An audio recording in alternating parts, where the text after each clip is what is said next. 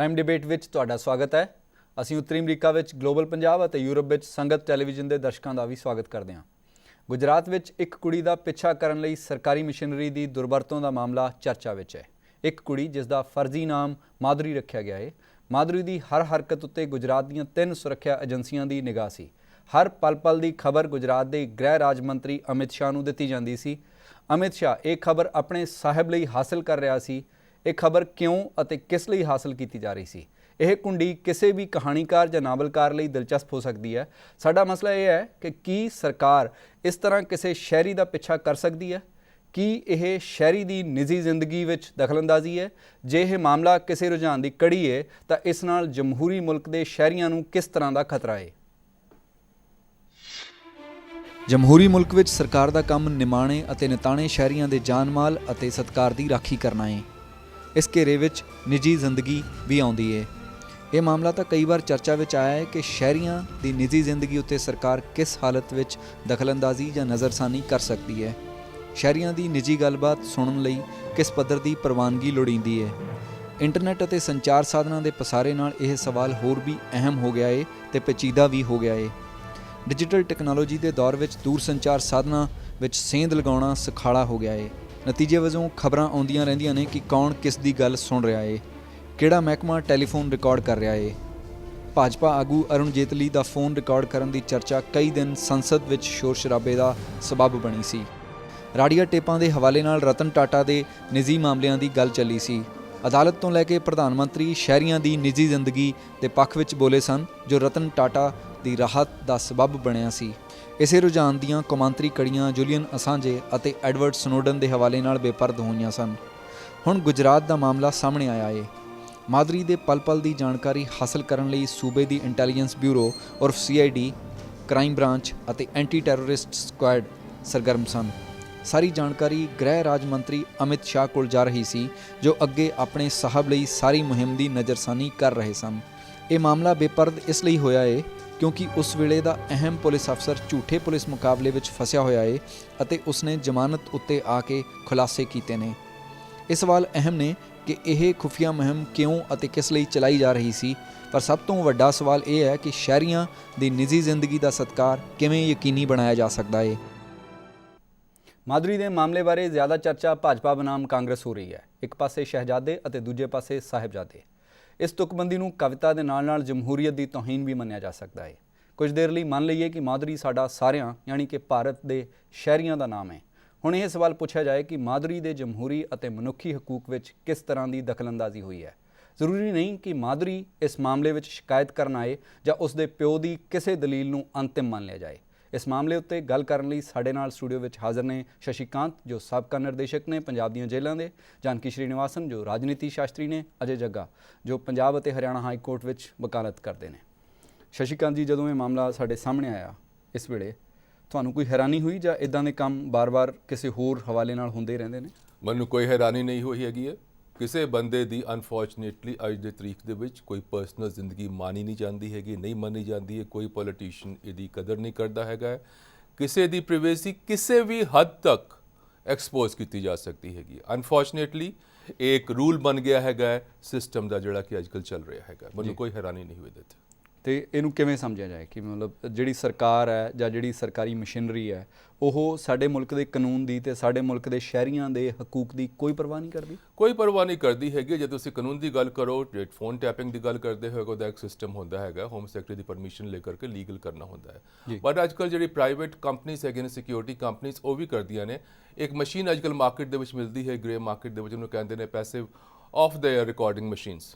ਉਹਦੇ 'ਚ 16 ਦੇ ਹਿਸਾਬ ਦੇ ਨਾਲ ਉਹਦੇ ਮਲਟੀਪਲਸ ਦੇ ਵਿੱਚ ਤੁਸੀਂ ਫੋਨ ਟੈਪ ਕਰ ਸਕਦੇ ਹੈਗੇ ਹੋ। ਅੱਜ ਦੇ ਤਰੀਕ ਦੇ ਵਿੱਚ ਹਾਲਾਂਕਿ ਲੀਗਲ ਟੈਲੀਫੋਨ ਟੈਪਿੰਗ ਦੀ ਪਾਵਰ, ਅਨਲਿਮਿਟਿਡ ਪਾਵਰ, ਸਿਰਫ 5 ਜਾਂ 6 ਅਧਾਰਿਆਂ ਦੇ ਕੋਲ ਹੀ ਹੈਗੀ ਹੈ। ਬਟ ਹਰ ਸਟੇਟ ਏਜੰਸੀ ਇਹਨੂੰ ਟੈਪ ਕਰਦੀ ਹੈਗੀ ਹੈ। ਔਰ ਇਹਨੂੰ ਟੈਪ ਕਰਨ ਦੇ ਇਲਾਵਾ ਸਾਰਿਆਂ ਨੂੰ ਦੁੱਖ ਵਾਲੀ ਗੱਲ ਤੇ ਹੈਗੀ ਹੈ ਕਿ ਮੋਸਟਲੀ ਟੈਪਿੰਗ ਜਿਹੜੀ ਹੈਗੀ ਉਹ ਇਲੀਗਲ ਤਰੀਕੇ ਨਾਲ ਕੀਤੀ ਜਾਂਦੀ ਹੈਗੀ ਹੈ, ਬਗੈਰ ਪਰਮਿਸ਼ਨ ਲਿੱਤੇ ਹੋਏ, ਬਗੈਰ ਕਾਨੂੰਨੀ ਜਿਹੜਾ ਵੀ प्रोविजन्स है उन्होंने पालना करते हुए। जी जानकी, इस रेफरेंस से हमें जो स्टेट और सिटीजनरी का रिलेशनशिप है उसको रीडिफाइन करने की ज़रूरत पड़ेगी? हाँ, बेसिक फ्रेमवर्क तो हमें ये पूछना है कि क्या हम ये सिर्फ मोदी के बारे में नहीं या ये सिर्फ गुजरात के बारे में नहीं, पर ये फ्रेमवर्क हमें ये पूछना चाहिए कि क्या हम एक रूल ऑफ लॉ के बारे में हम बात कर सकते हैं या नहीं, राइट। स्टेट अगर सिटीजन के बारे में इंफॉर्मेशन जानना चाहती है और जानती है, स्टेट के पास बहुत इंफॉर्मेशन रहता है, हमेशा रहता है। मॉडर्न स्टेट का ये कैरेक्टरिस्टिक है, मॉडर्न स्टेट की ये खूबी है कि जितना इंफॉर्मेशन मॉडर्न स्टेट के पास है, जितनी तरह की कैटेगरीज हैं, क्लासिफिकेशंस हैं, वो किसी और प्रीवियस स्टेट के पास कभी नहीं रही है। वो टेक्नोलॉजी है और वो एक तरीका भी है सिटीजन्स को देखने का, और इसके कुछ फ़ायदे भी हैं, राइट, जानने के फ़ायदे भी हैं। लेकिन उसके साथ साथ ये है कि मॉडर्न जानने के फायदे हैं पॉलिसी मेकिंग में या सिक्योरिटी में, पॉलिसी मेकिंग में, and also that there is a way in which if the information is there, state के पास अगर इंफॉर्मेशन है तो वो एक डेमोक्रेटिक स्टेट के पास इंफॉर्मेशन होनी चाहिए, राइट। डेमोक्रेसी के पुश के साथ यही है कि स्टेट के पावर्स को बैलेंस करने के लिए you need some kind of system जो लोगों को हक देता हो। लेकिन क्या अभी जो जिस हालात में हम हैं, हमें ये पता चल रहा है कि स्टेट के पास अनलिमिटेड पावर्स हैं, लेकिन हमें ये भी पता चल रहा है कि स्टेट और प्राइवेट एजेंसीज, प्राइवेट कंपनीज का एक नेक्सस है, राइट। अगर यहाँ पर इस केस में स्टेट ने वायलेट किया लॉज को, लेकिन साथ साथ तो वो सारे टेलीकॉम कंपनीज ने भी तो वायलेट किया, क्योंकि उन्होंने भी तो इन्फॉर्मेशन प्रोवाइड की, जबकि उनके पास सीधा लीगल फ्रेमवर्क है ये मना करने के लिए कि अनलेस आप सही तरीके से मांगे तब तक आप इनको इन्फॉर्मेशन नहीं दिया जाएगा, राइट। सो सिटीजन की क्या रेस्पॉन्सिबिलिटीज हैं या सिटीजन के क्या राइट्स हैं, उसके साथ साथ दूसरा भी तो क्वेश्चन है कि स्टेट के क्या रेस्पॉन्सिबिलिटीज हैं, स्टेट के क्या राइट्स हैं। हमने एक ऐसा सिस्टम क्रिएट किया है जहाँ पर हमने एफिशिएंसी को इस तरह से डिफाइन करना शुरू कर दिया है, जहाँ पे एफिशिएंसी का मतलब ये है कि लॉ की परवाह ना करें, ओके। और ये एक बहुत पॉपुलर सा अंडरस्टैंडिंग हो गया है कि अगर आपको एफिशिएंट होना है तो आपको लॉ की परवाह नहीं करना चाहिए, लॉ एक्चुअली आपको स्टॉप करता है। लेकिन अगर आप देखें तो हर सक्सेसफुल इन्वेस्टिगेशन लीगल फ्रेमवर्क के अंदर हो सकता है, राइट। तो मुझे लगता है ये एक सिटीजन्स के लिए भी एक सवाल है कि हम किस तरह से गवर्नमेंट के पावर्स को देखते हैं, हम उस गवर्नमेंट के पावर्स को किस तरह से देखते हैं, और हम गवर्नमेंट से किस तरह के एक्सेप्शंस, गवर्नमेंट को किस तरह के एक्सेप्शंस देते हैं हमारे आम जिंदगी में। लेकिन जब सवाल ये है कि ये मेरी व्यक्तिगत जिंदगी है और कहाँ तक स्टेट उसमें इंटरवीन कर सकता है, कहाँ तक स्टेट को ये हक है कि वो मेरे बारे में जाने, जहाँ तक सिक्योरिटी का इशू है, सिक्योरिटी, क्योंकि आजकल सिक्योरिटी की बहुत बात होती है, तो सिक्योरिटी की बात कर ही लेनी चाहिए। और साइमल्टेनियसली पॉलिसी मेकिंग का जो इशू है कि अगर वो स्टेट को पता है कि सिटीजनरी किस हालत में है तो वो पॉलिसी मेकिंग उसकी बेटर हो सकती है। लेकिन कहाँ पर जाकर हम ये लाइन ड्रॉ करेंगे, या ये लाइन बिल्कुल ब्लर है कि यहाँ पर आपका पर्सनल है, यहाँ पर प्राइवेट है और यहाँ पर पब्लिक हो सकता है? नहीं, सीधी सी बात यह है कि हमारे पास actually even under the existing system, जहाँ पे स्टेट के पास इतने सारे पावर्स हैं, इस सिस्टम में भी आप किसी भी इंडिविजुअल को तभी तक नहीं फॉलो कर सकते हैं या उसको इस तरह से ट्रेल नहीं कर सकते हैं without the proper systems. Permission, जैसे सर ने कहा, परमिशन लेनी चाहिए, अगर उन्होंने नहीं ली तो ये सीधा वायलेशन है। तो लाइन ड्रॉ करने का क्वेश्चन अभी इस वुमन की जहाँ बात आती है, there is no reason why she was not told, जी, क्यों उसको नहीं बताया गया कि even if it is for protection. एक तो अगर स्टेट के पास इतनी पावर्स हैं कि वो एक इंडिविजुअल सिटीजन के प्रोटेक्शन के लिए इतना कुछ कर सकती है, 3 फोर्सेस लगा सकती है, तो फिर हम राइट्स क्यों नहीं प्रिवेंट करते हैं, हम टेररिस्ट सपोज टेररिस्ट अटैक्स क्यों नहीं प्रिवेंट कर सकते हैं, हम बॉम्ब ब्लास्ट क्यों नहीं प्रिवेंट कर सकते हैं, इशरत जहां केस हुआ ही क्यों, हम पॉलिसीज की इंप्लीमेंटेशन क्यों नहीं इंश्योर कर सकते, बिल्कुल हम क्यों नहीं कर सकते हैं, हम लीकेज क्यों नहीं बंद कर सकते हैं, हम लूप होल्स क्यों नहीं प्लग कर सकते हैं। तो स्टेट के पास ये पावर्स हैं, राइट। तो पर ये पावर्स यूज क्यों हो रहे हैं और किस तरह से हो रहे हैं, that is the major question here. और इस केस में तो मुझे लगता है कि there was absolutely no reason where this woman was not told. If she was not told, वो उसके प्राइवेसी के वायलेशन है। और उसके फादर को अगर ला रहे हैं इस सिचुएशन में, तो वो तो बिल्कुल एक उल्टा आर्ग्यूमेंट है, राइट। ये प्रोटेक्शन का आर्ग्यूमेंट जो आ रहा है वो एब्सोल्युटली रॉन्ग है, क्योंकि अगर she was under threat she must have known, जी। तो that's the thing. So father को इंट्रोड्यूस करके एक्चुअली बीजेपी ने हमें ज़्यादा क्लूज दिया है कि किस तरह कौन इन्वॉल्व है, या किस तरह से स्टेट मशीनरी यूज़ हो सकती है और किस तरह से ब्यूरोक्रेसी यूज़ हो सकती है। जी जग्गा जी, ਜਿਹੜਾ ਇਹ ਮਾਮਲਾ ਹੈਗਾ ਇਹਨੂੰ ਕਾਂਗਰਸ ਬਨਾਮ ਭਾਜਪਾ ਤੋਂ ਬਾਹਰ ਨਿਕਲ ਕੇ ਦੇਖਣ ਦੀ ਲੋੜ ਹੈ, ਕਾਨੂੰਨ ਦੇ ਪੱਖ ਤੋਂ ਤੇ ਸ਼ਹਿਰੀਆਂ ਦੇ ਪੱਖ ਤੋਂ। ਨਹੀਂ, ਇਹ ਜਿਹੜਾ ਪੱਖ ਤੁਸੀਂ ਕਿਹਾ ਕਾਂਗਰਸ ਬਨਾਮ ਭਾਜਪਾ, ਪੱਖ ਉਹੀ ਹੈਗਾ ਜੀ ਟੌਪਿਕ 'ਚ ਕੋਈ ਨਵੀਂ ਗੱਲ ਨਹੀਂ ਹੈ, ਟੌਪਿਕ ਪੁਰਾਣਾ ਹੈ ਲੇਕਿਨ ਕਿਉਂਕਿ ਹੁਣ ਚੁਣਾਵ ਆ ਰਹੇ ਨੇ, ਵਿਧਾਨ ਸਭਾ ਹੈ, ਅੱਗੇ ਲੋਕ ਸਭਾ ਦਾ ਚੁਣਾਵ ਹੈ, ਤਾਂ ਇਹਨੂੰ ਜਿਹੜਾ ਇੱਕ ਜਾਗਰੂਕ ਸ਼ਹਿਰੀ ਹੈ ਉਹ ਇਹਨੂੰ ਭਾਜਪਾ ਬਨਾਮ ਕਾਂਗਰਸ ਹੀ ਦੇਖੇਗਾ। ਇਹ 'ਚ ਕੋਈ ਨਵੀਂ ਗੱਲ ਨਹੀਂ ਹੈ, ਸਿਰਫ ਚੁਣਾਵੀ ਮਾਹੌਲ ਹੈ, ਮੁੱਦਾ ਬਣਾਇਆ ਜਾ ਰਿਹਾ ਹੈ, ਇਸ ਕਰਕੇ ਬਹੁਤ ਜ਼ਿਆਦਾ ਉਛਾਲਾ ਜਾ ਰਿਹਾ ਹੈ। ਕਿਉਂਕਿ ਜਿਹੜਾ ਹਿੰਦੁਸਤਾਨ ਦਾ ਸੰਵਿਧਾਨ ਹੈ, ਸਾਰੇ ਕਾਨੂੰਨ ਸੰਵਿਧਾਨ ਦੇ ਅੰਦਰ ਹੀ ਬਣਦੇ ਨੇ ਜੀ। ਪਾਰਲੀਮੈਂਟ ਨੇ ਵੀ ਕਾਨੂੰਨ ਜਿਹੜਾ ਹੈ ਕਨਸਟੀਟਿਊਸ਼ਨ ਦੇ ਅੰਦਰ ਬਣਾਉਣਾ ਹੈ ਜੀ। ਔਰ ਜਿਹੜਾ ਇੰਡੀਅਨ ਟੈਲੀਗ੍ਰਾਫ ਐਕਟ ਹੈ ਔਰ IT ਐਕਟ ਹੈ ਔਰ ਇੰਡੀਅਨ ਪੀਨਲ ਕੋਡ ਹੈ ਔਰ ਲੇਟੈਸਟ ਜਿਹੜਾ 2011 ਦੇ ਵਿੱਚ ਇੱਕ IT ਰੂਲਸ ਇੰਟਰੋਡਿਊਸ ਹੋਏ ਨੇ ਜਿਹਨੂੰ ਕੀ ਪ੍ਰਾਈਵੇਸੀ ਰੂਲਸ ਵੀ ਆਖਿਆ ਜਾਂਦਾ ਹੈ ਜੀ।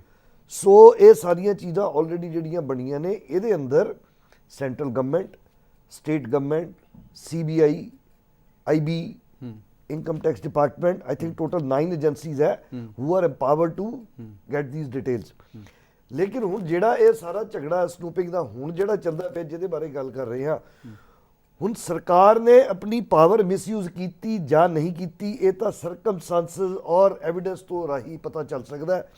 ਮੈਂ ਇੱਥੇ ਬੈਠਾ ਨਹੀਂ ਕਹਿ ਸਕਦਾ ਜੀ ਗੁਜਰਾਤ ਸਰਕਾਰ ਨੇ ਬਿਲਕੁਲ ਗਲਤ ਕਰਤਾ ਜਾਂ ਕੇਂਦਰ ਸਰਕਾਰ ਜਗ੍ਹਾ ਜੀ। ਮੈਂ ਨਾ ਦਰਅਸਲ ਇਹ ਸਵਾਲ ਨਹੀਂ ਪੁੱਛ ਰਿਹਾ ਕਿ ਗੁਜਰਾਤ ਸਰਕਾਰ ਨੇ ਕਿਉਂ ਕੀਤਾ ਤੇ ਕਿਹਦੇ ਲਈ ਕੀਤਾ।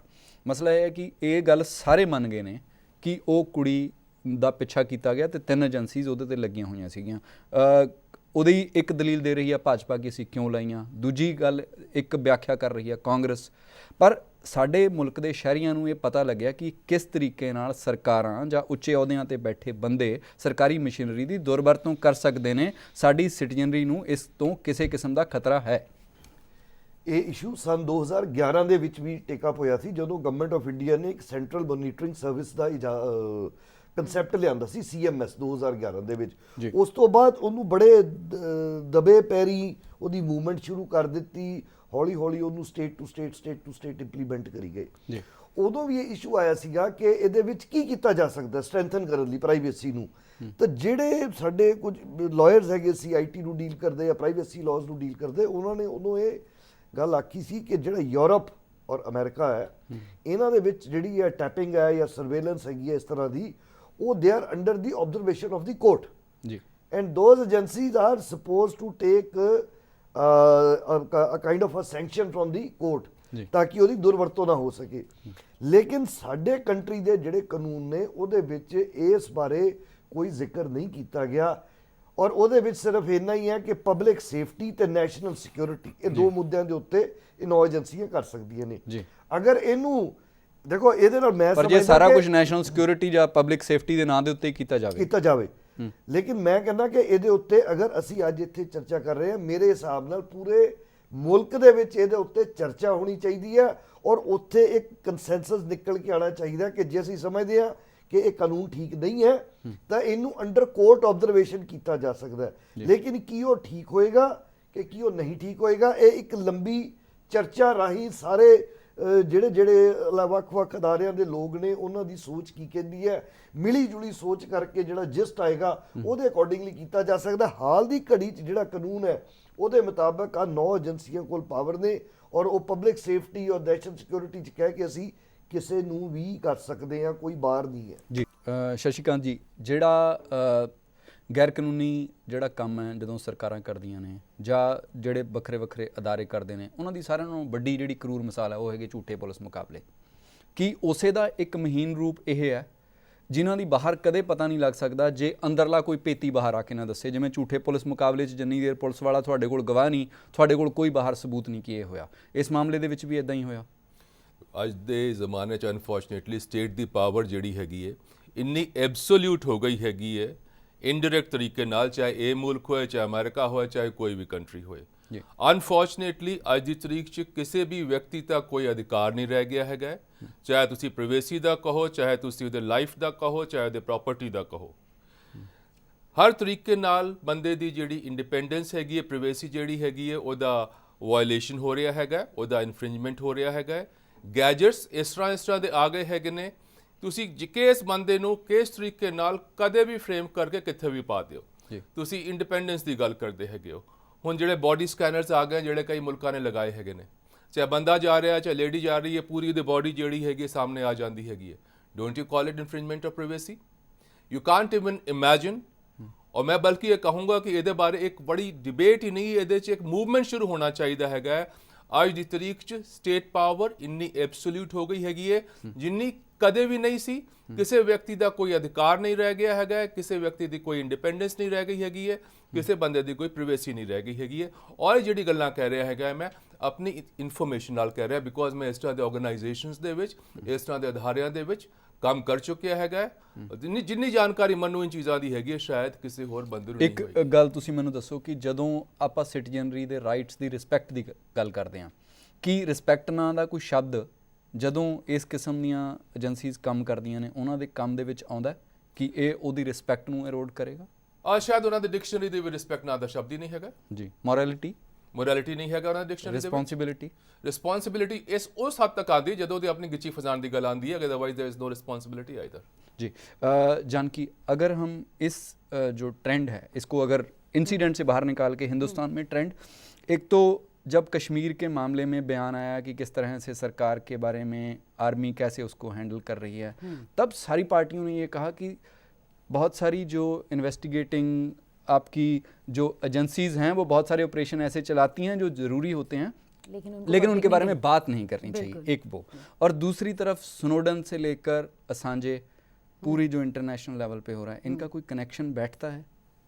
हाँ बिल्कुल मुझे लगता है कि बैठता है, क्योंकि हमें ये देखना चाहिए कि हम किस तरह से नेशनल सिक्योरिटी को समझते हैं। नेशनल सिक्योरिटी एक फ्रंट है टू उसको, उस फ्रंट के अंदर आप किसी भी चीज़ को जस्टिफाई कर सकते हैं, राइट। अनफॉर्चुनेटली इस मामले में, इस पर्टिकुलर मामले में वो नेशनल सिक्योरिटी की बात नहीं कर रहे हैं, पर मैं कुछ पढ़ रही थी तो उसमें ये भी आया कि कुछ लोगों ने स्टार्ट कर लिया है ये बात कहना कि शायद यहाँ पर टेररिज्म का थ्रेट है और इसीलिए वो हुआ है। तो ओवरऑल सर्वेलेंस बड़ा है, राइट। ओवरऑल सर्वेलेंस बड़ा है और ओवरऑल स्टेट के पावर्स बड़े हैं नेशनली और इंटरनेशनली जहां पर वो टैप कर रहे हैं, राइट। तो यहाँ पे सिर्फ एक नेशनल सिटीजन के राइट्स नहीं है, बट एक तरह से हमारी एक ग्लोबल कम्युनिटी के किस तरह से राइट्स है। हम क्यों असांजे के बारे में बात करें, राइट। वो अगर लीक होगा तो क्यों, मुझे लगता है इसको हमें देखना चाहिए इन कनेक्शन विद जो हमारे देश में एक लॉ है of right to information, okay.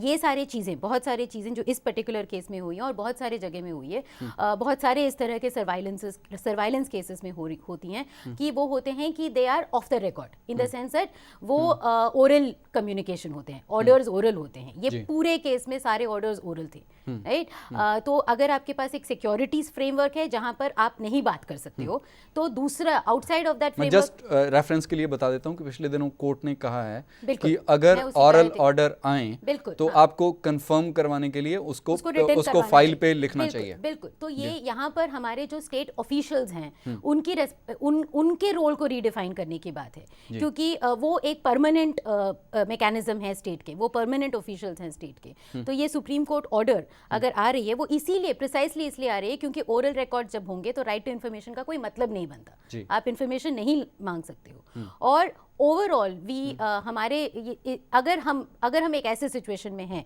जहां पे हमें बोला जाता है कि प्राइवेसी इतनी ज़रूरी है नहीं, राइट। इंडिविजुअल्स को बोला जाता है कॉन्स्टेंटली, कंपनीज से, हमारे सोशल नेटवर्क एरिया से कि आप प्राइवेसी के बारे में बात मत करिए, हम एक पोस्ट प्राइवेसी एज में हैं, राइट। तो उस तरह के कॉन्टेक्स्ट में स्टेट इतना प्रोटेक्टिव क्यों हो रही है इन्फॉर्मेशन की, राइट। जानकी, मुझे जो इससे एक सवाल निकलता है कि नेशनल सिक्योरिटी के नाम पर ये सारी सर्वेलेंस बढ़ रही है, जब सिक्योरिटी और टेररिज्म को जोड़ के देखा जाता है तो कहा जाता है कि ये एक ग्लोबल फिनोमेना है जिसके लिए जो स्टेट्स को आपस में कोऑर्डिनेट करना चाहिए और बहुत सारे मामलों में कोऑर्डिनेशन चल रहा है जिसके थ्रू ये सर्विलेंस बढ़ रहा है। तो कहीं ना कहीं जो एक सिटीजनरी है, ग्लोबल सिटीजनरी है, उसको इकट्ठे मिलके भी ये सवाल उठाना पड़ेगा।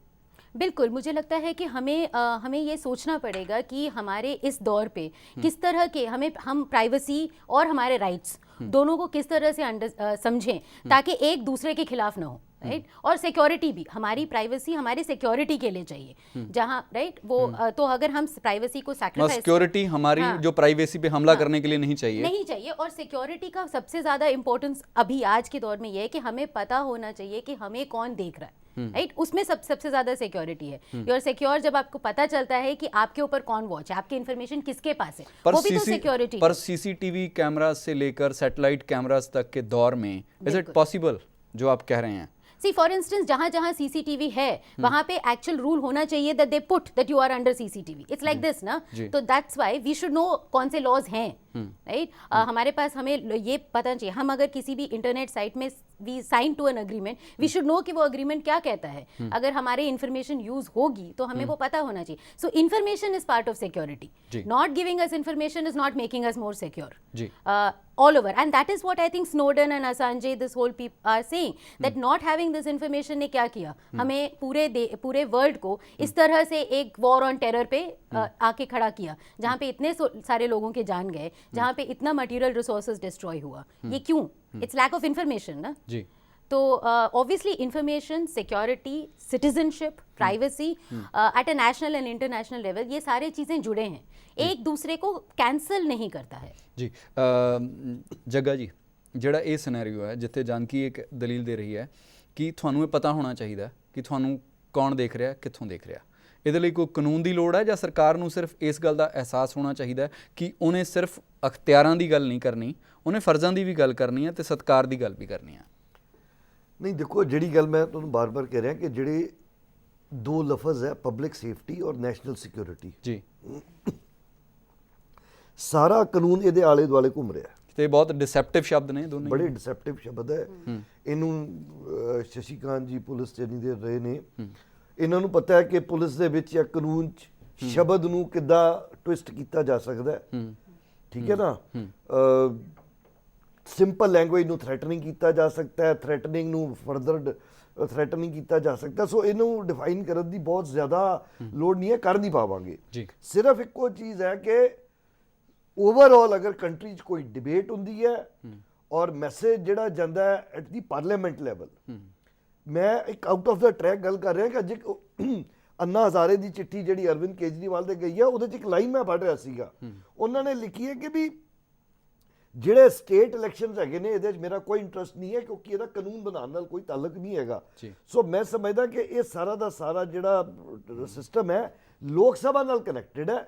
ਕੰਟਰੀ 'ਚ ਡਿਬੇਟ ਹੋਏ, ਡਿਬੇਟ ਰਾਹੀਂ ਜਿਹੜੇ ਪਾਰਲੀਮੈਂਟੇਰੀਅਨਸ ਨੇ ਇਹਨਾਂ ਨੂੰ ਮੈਸੇਜ ਆਏ, ਉਸ ਤੋਂ ਬਾਅਦ ਇਹਦੇ ਮੁਤਾਬਕ ਕੋਈ ਕਾਨੂੰਨ ਦੇ ਵਿੱਚ ਜਿਹੜਾ ਬਦਲਾਵ ਹੈ ਜਾਂ ਅਮੈਂਡਮੈਂਟ ਹੈ ਇਨ ਕਨਸਟੀਟਿਊਸ਼ਨ ਜਾਂ ਕੋਈ ਨਵੇਂ ਲਾਅ ਦੀ ਲੋੜ ਹੈ, ਉਹ ਇੱਕ ਕੰਸੈਂਸਸ ਕ੍ਰੀਏਟ ਕਰਕੇ ਉਹ ਬਣਾਇਆ ਜਾਏ ਔਰ ਉਹਦੇ ਵਿੱਚ ਅੰਡਰ ਸਮ ਕੋਰਟ ਆਬਜ਼ਰਵੇਸ਼ਨ ਕੁਝ ਚੀਜ਼ਾਂ ਜਿਹੜੀਆਂ ਜਿਸ ਤਰ੍ਹਾਂ ਕਿ ਜਾਨਕੀ ਜੀ ਨੇ ਕਿਹਾ like private like telephone calls or something, ਇਹਨਾਂ ਚੀਜ਼ਾਂ ਨੂੰ ਕਰ ਸਕਦੇ ਆ। But generally like you are under the CCTV camera on the road or somewhere else, this can't be done. ਇਹ ਤਾਂ ਨੈਸ਼ਨਲ ਸਿਕਿਉਰਿਟੀ ਲਈ ਰਹੇਗਾ ਹੀ ਰਹੇਗਾ। ਸੋ ਇਸ ਕਰਕੇ ਜਦ ਤੱਕ ਕੰਟਰੀ 'ਚ ਓਵਰਆਲ ਡਿਬੇਟ ਨਹੀਂ ਹੁੰਦੀ, ਉਹ 50,000 ਲੱਖ ਬੰਦਾ ਇਹਦੇ 'ਚ ਇਨਵੋਲਵ ਹੋ ਕੇ ਕੰਸੈਂਸਸ ਨਹੀਂ ਕੱਢਦਾ, ਕਾਨੂੰਨ ਚੇਂਜ ਕਰਨਾ ਔਰ ਨਵੇਂ ਲਾਅ ਬਣਾਉਣੇ ਐਡਾ ਸੌਖਾ ਨਹੀਂ ਹੈਗਾ। ਹਰ ਇੱਕ ਚੀਜ਼ ਦੇ ਆਪਣੇ ਪੋਜ਼ਿਟਿਵ ਵੀ ਨੇ, ਨੈਗੇਟਿਵ ਵੀ ਨੇ। ਅੱਜ ਅਸੀਂ ਗੱਲ ਕਰ ਰਹੇ ਹਾਂ ਕਿ ਆ ਸਟਾਲਕਿੰਗ ਹੋ ਗਈ ਜਾਂ ਸਨੂਪਿੰਗ ਹੋ ਗਈ ਤੇ ਇਹਨੂੰ ਕਿੱਦਾਂ ਡੀਲ ਕੀਤਾ ਜਾਣਾ ਚਾਹੀਦਾ। ਕੱਲ ਨੂੰ ਕੋਈ ਟੈਰਰਿਸਟ ਬਚ ਕੇ ਨਿਕਲ ਗਿਆ ਔਰ ਉਹਨੇ ਕੋਈ ਵਾਰਦਾਤ ਕਰ ਦਿੱਤੀ, ਫਿਰ ਇਹ ਰੌਲਾ ਪੈ ਜਾਂਦਾ ਕਿ ਲੋ ਜੀ ਸਰਵੇਲੈਂਸ ਹੀ ਜ਼ੀਰੋ ਹੈ। ਮੁਲਕ ਦੀ ਸਰਵੇਲੈਂਸ ਜੇ ਹੁੰਦੀ ਤੇ I mean you could have controlled this thing. Taj 'ਚ ਕੀ ਹੋਇਆ ਬੰਬੇ। ਸੋ ਇਹ ਤਾਂ ਬੜਾ ਬੈਲੈਂਸ ਚਾਹੀਦਾ, ਉਹ ਚੈੱਕ ਐਂਡ ਬੈਲੈਂਸ ਦੇ ਲਈ ਇੱਕ ਡਿਬੇਟ ਨੈਸ਼ਨਲ ਲੈਵਲ ਦੇ ਉੱਪਰ ਜਦ ਤੱਕ ਨਹੀਂ ਹੁੰਦੀ, ਡਿਫਰੈਂਟ ਤਰ੍ਹਾਂ ਦੇ ਲੋਕ, politicians, administrator, bureaucrat, social activist, ਇਹ ਸਾਰੇ ਰਲ ਮਿਲ के एक कोई कंसेंसस नहीं करते। जानकी आप रिस्पॉन्ड करना चाहेंगे जो उन्होंने कहा? इन्होंने कहा कि पब्लिक सेफ्टी का डेफिनेशन इतना व्हाटएवर ओपन इतना वेग है, तो पब्लिक सेफ्टी के नाम पर तो आईएएस ऑफिसर्स को वो भी जैसे वो दीप्ति नागपाल का हुआ था, इसी कॉन्टेक्स्ट में हुआ था ना, तो कहीं ना कहीं हमारे पास रूल्स चाहिए। और जो सर कह रहे हैं कि हम टेररिस्ट अटैक होगा तो हम कहेंगे कि सर्वेलेंस नहीं है, राइट? क्या ये काफ़ी है क्या हम उसी तरह के एक फियर साइकोसिस को ज़्यादा तो नहीं बढ़ावा दे रहे हैं, ये कह के कि हमें ये भी सोचना चाहिए कि कहाँ पर सर्वेलेंस की ज़रूरत है और कहाँ पर नहीं सर्वेलेंस की ज़रूरत है। अगर आप यहाँ पर एंटर कर रहे हैं तो क्या आपको एक CCTV की ज़रूरत है या नहीं, क्या वो भी isn't that also important? और terrorist attacks, I think we have to see them in a broader perspective, किस तरह से, राइट? जितना टेररिस्ट अटैक हुआ है उतने एनकाउंटर किलिंग्स भी हुए हैं, राइट? तो इन्फॉर्मेशन है और उसको मिसयूज हुआ जा रहा है, राइट? लोगों को मॉनिटर किया जा रहा है कि वो कहाँ पर हैं, किधर पहुंचे हैं, और फिर उनको खत्म किया जा रहा है। महाराष्ट्र के एक स्कूल में उन्होंने मोर देन 150 कैमरास लगाए हैं और उनका दावा है कि जहाँ पर बच्चे सोते हैं हमें ये भी पता लगता रहता है कि कब वो सो रहे हैं कब नहीं सो रहे हैं। मुझे लगता है ये तो नहीं होना चाहिए। Total infringement. एक और इसमें कहना चाहूँगा, अगर इसको हल करना है, मुझे नहीं लगता कि कानून इसकी प्रॉब्लम को सॉल्व कर सकता हैगा। ਇਹਦੇ ਲਈ ਚਾਹੀਦਾ ਹੈਗਾ ਕਿ ਇੰਡੀਵਿਜੂਅਲ ਰਿਸਪੌਂਸਿਬਿਲਿਟੀ। ਮੈਨੂੰ ਵੀ ਮੇਰੇ ਕੈਰੀਅਰ ਦੇ ਵਿੱਚ ਕਈ ਵਾਰੀ ਐਸਾ ਦੀ ਗੱਲਾਂ ਕਹੀਆਂ ਗਈਆਂ ਕਿ ਹੈਗੀਆਂ ਕਿ ਇਹ ਕਰੋ, ਆਈ ਥਾਟ ਕਿ ਇਹ ਗੱਲ ਜਿਹੜੀ ਹੈਗੀ ਗਲਤ ਹੈਗੀ ਹੈ, ਨਹੀਂ ਹੋਣੀ ਚਾਹੀਦੀ ਹੈਗੀ ਹੈ। ਕੋਈ ਕਾਨੂੰਨ ਕੋਈ ਚੀਜ਼ ਉਸ ਵੇਲੇ ਨਹੀਂ ਆ ਸਕਦਾ ਹੈਗਾ ਕਿਉਂਕਿ ਮੈਨੂੰ ਪਤਾ ਹੈਗਾ ਅਸੀਂ ਕਾਨੂੰਨ ਨੂੰ ਕਿਸ ਤਰ੍ਹਾਂ ਮਰੋੜ ਦਿੰਦੇ ਹੈਗੇ ਨੇ, ਕਿਸ ਤਰ੍ਹਾਂ ਕਰਦੇ ਨੇ। ਜਦੋਂ ਤੱਕ ਇੰਡੀਵਿਜੂਅਲ ਰਿਸਪੌਂਸਿਬਿਲਿਟੀ ਦੀ ਗੱਲ ਨਹੀਂ ਆਏਗੀ, ਜਿਸ ਤਰ੍ਹਾਂ ਇਹ ਕੇਸ ਹੈਗਾ, ਤੁਸੀਂ ਗੁਜਰਾਤ ਵਾਲੇ ਕੇਸ ਦੀ ਗੱਲ ਕਰੋ, ਜਿਸ ਬੰਦੇ ਨੇ ਕਰਾਈ, catch him, fix him up. If you talk about laws, law ਸੀ ਨਹੀਂ ਸੀ, ਅਨਐਂਡਿੰਗ ਡਿਬੇਟ। ਇੱਕ ਗੱਲ ਹੋਣੀ ਚਾਹੀਦੀ ਹੈ, ਜਿਹੜਾ ਬੰਦਾ ਕੋਈ ਗਲਤ ਕੰਮ ਕੀਤਾ ਹੈਗਾ ਉਹਦੀ ਰਿਸਪੌਂਸਿਬਿਲਿਟੀ ਫਿਕਸ ਹੋਣੀ ਚਾਹੀਦੀ ਹੈਗੀ ਹੈ and he should be taken to the task. ਇਹਦਾ ਹਰ ਪਰ ਮਸਲਾ ਹੀ ਹੈ ਨਾ ਜੀ, ਬਿੱਲੀ ਦੇ ਗਲ ਦੇ ਵਿੱਚ ਟੱਲੀ ਪਾਵੇਗਾ ਕੌਣ, ਹੈ ਨਾ? ਤੁਸੀਂ ਸਾਰੇ ਸਾਰੇ ਪਾਏਗੇ। ਜਿਸ ਤਰ੍ਹਾਂ ਇਸ ਕੇਸ ਦੇ ਵਿੱਚ ਲੇਡੀ ਜਿਹੜੀ ਹੈਗੀ ਸਨੂਪਿੰਗ ਹੋਈ ਹੈਗੀ ਹੈ, ਜਿਹਨੇ ਸਨੂਪਿੰਗ ਕੀਤੀ ਸੀ, ਹੁਣ ਚਾਹੇ ਬੇਲ ਤੇ ਆਇਆ ਹੈਗਾ ਜਾਂ ਅੰਦਰ ਹੈਗਾ, ਇੱਥੇ ਹੈਗਾ, ਉੱਤੇ ਹੈਗਾ, he should be held responsible. But we also have laws like AFSPA जहाँ पर ये सब बिल्कुल परमिटेड है, तो उस पर भी तो हमें सोचना चाहिए कि हमें इस तरह के लॉज होने चाहिए क्या जो एक्चुअली अलाउ करते हैं कि जो करते हैं, और उसकी रिस्पॉन्सिबिलिटी आप कभी फिक्स ही नहीं कर सकते हैं, राइट? आप कभी परमिशन आर्मी आपको देगी नहीं और उसमें इम्यूनिटी होगी, तो उन तरह के लॉज को रिविजिट करने की भी तो जरूरत है। जैसे मैं बताऊं, कुछ आपने ਤੁਸੀਂ ਗੱਲ ਕੀਤੀ ਐਨਕਾਊਂਟਰਸ ਦੀ, ਮੈਨੂੰ ਪਤਾ ਹੈ ਕਿ ਅਫਸਰ ਕਿਸੇ ਇਸ ਆਧਾਰਿਤ ਨੇ ਕਿਸੇ ਹੋਰ ਆਧਾਰਿਤ ਸੀ, ਉਹਦਾ ਐਨਕਾਊਂਟਰ ਆਂਦਾ ਸੀ, ਪੈਨਸਿਲ ਦੇ ਨਾਲ ਇੱਕ ਕਾਗਜ਼ ਤੇ ਨਿਸ਼ਾਨ ਪਾ ਦਿੰਦਾ ਸੀ, ਇਹਦਾ ਮਤਲਬ ਹੈਗਾ ਬੰਦੇ ਨੂੰ ਐਲੀਮੀਨੇਟ ਕਰਨਾ ਹੈਗਾ ਜੀ। ਸੋ ਉਹ ਕਦੇ ਵੀ ਸਬੂਤ ਦੇ ਤੌਰ ਤੇ ਨਹੀਂ ਪੇਸ਼ ਕੀਤਾ ਕਦੇ ਵੀ ਹੋ ਸਕਦਾ ਹੈਗਾ। ਖੈਰ ਮੈਨੂੰ ਲੱਗਦਾ ਕਿ ਇਸ ਦੇ ਉੱਤੇ ਬਹੁਤ ਲੰਬੀ ਬਹਿਸ ਦੀ ਲੋੜ ਹੈ ਤੇ ਸੰਜੀਦਾ ਬਹਿਸ ਦੀ ਲੋੜ ਹੈ। ਤੁਸੀਂ ਸਾਰੇ ਅੱਜ ਦੀ ਇਸ ਚਰਚਾ 'ਚ ਸ਼ਾਮਿਲ ਹੋਏ, ਤੁਹਾਡਾ ਬਹੁਤ ਬਹੁਤ ਧੰਨਵਾਦ। ਖੁਫੀਆ ਜਾਂਚ ਅਤੇ ਸੁਰੱਖਿਆ ਏਜੰਸੀਆਂ ਦੀਆਂ ਗੈਰ ਕਾਨੂੰਨੀ ਕਾਰਵਾਈਆਂ ਦੀ ਚਰਚਾ ਆਲਮੀ ਪੱਧਰ ਉੱਤੇ ਲਗਾਤਾਰ ਚੱਲ ਰਹੀ ਹੈ। ਇਹ ਏਜੰਸੀਆਂ ਸ਼ਹਿਰੀਆਂ ਦੀ ਨਿੱਜੀ ਜ਼ਿੰਦਗੀ ਦੀ ਕਿਸ ਤਰ੍ਹਾਂ ਨਜ਼ਰਸਾਨੀ ਕਰਦੀਆਂ ਨੇ ਅਤੇ ਇਸ ਤੋਂ ਬਾਅਦ ਕਿਸ ਤਰ੍ਹਾਂ ਦਖਲਅੰਦਾਜ਼ੀ ਕਰਦੀਆਂ ਨੇ। ਮਾਧੁਰੀ ਬੋਲੇ ਜਾਂ ਨਾ, ਪਰ ਇਸ ਸਵਾਲ ਦਾ ਜਵਾਬ ਦੇਣਾ ਸਰਕਾਰ ਦਾ ਫਰਜ਼ ਤਾਂ ਬਣਦਾ ਹੈ। ਮਸਲਾ ਇਹ ਹੈ ਕਿ ਸਰਕਾਰੀ ਅਹੁਦਿਆਂ ਉੱਤੇ ਬੈਠੇ ਸੱਜਣ ਤੇ ਬੀਬੀਆਂ ਸਿਰਫ ਅਖਤਿਆਰਾਂ ਦੀ ਬੋਲੀ ਜਾਣਦੇ ਨੇ। ਫਰਜ਼ਾਂ, ਨੈਤਿਕਤਾ, ਮਨੁੱਖੀ ਸ਼ਾਨ ਜਾਂ ਜ਼ਿੰਮੇਵਾਰੀਆਂ ਦੀ ਬੋਲੀ ਸਰਕਾਰਾਂ ਨੂੰ ਭੁੱਲ ਗਈ ਹੈ। ਸ਼ਾਇਦ ਇਸੇ ਲਈ ਮਾਧੁਰੀ ਚੁੱਪ ਹੈ ਕਿ ਨਗਾਰਖਾਨੇ ਵਿੱਚ ਤੂਤੀ ਦੀ ਕੌਣ ਸੁਣੇਗਾ। ਨਮਸਕਾਰ, ਸਤਿ ਸ਼੍ਰੀ ਅਕਾਲ, ਖੁਦਾ ਹਾਫਿਜ਼।